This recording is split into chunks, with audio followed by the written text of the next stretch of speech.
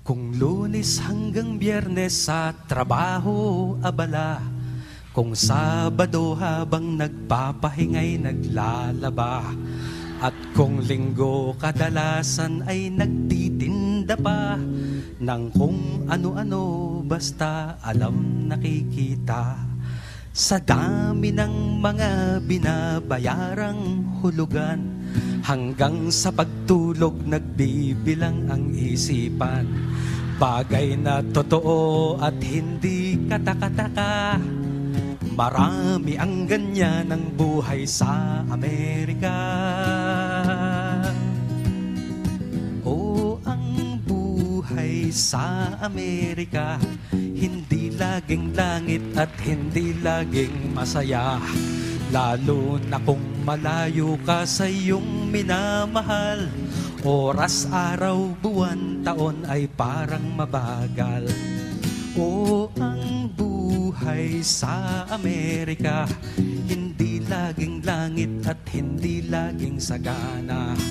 Kaya dun sa nangangarap na dito tumira, isa, dalawa, tatlong beses na mag-isip muna.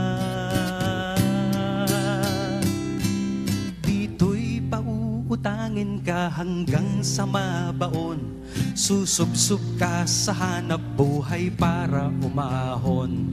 Ang aasahang sweldo kahit gaano kataas, lumiliit matapos na ang buwis ay makaltas.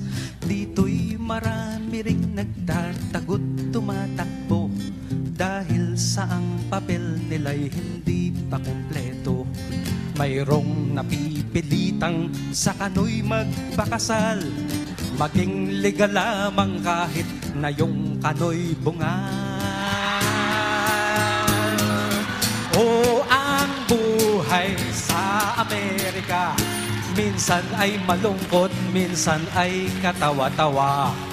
At kung ako lamang ang siya ninyong tatanungin, kung minsan ay mabuti pa ang naroon sa atin. O ang buhay sa Amerika, hindi laging langit at hindi laging maganda. Ang kainaman lang ay kung ating pagsawaan.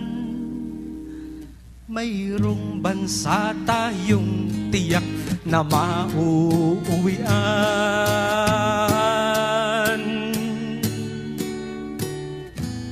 Bayan kong Pilipinas,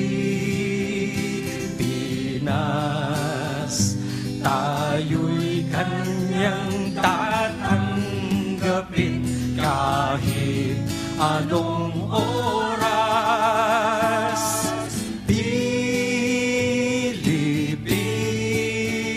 Pilipinas ko mahal, kita'y hindi maipagpapalit kahit kailan. Sa pamamagitan puntong awiting ito, mga kaibigan, ang inyong pong abanlingkod, Florante, ay namamaalam.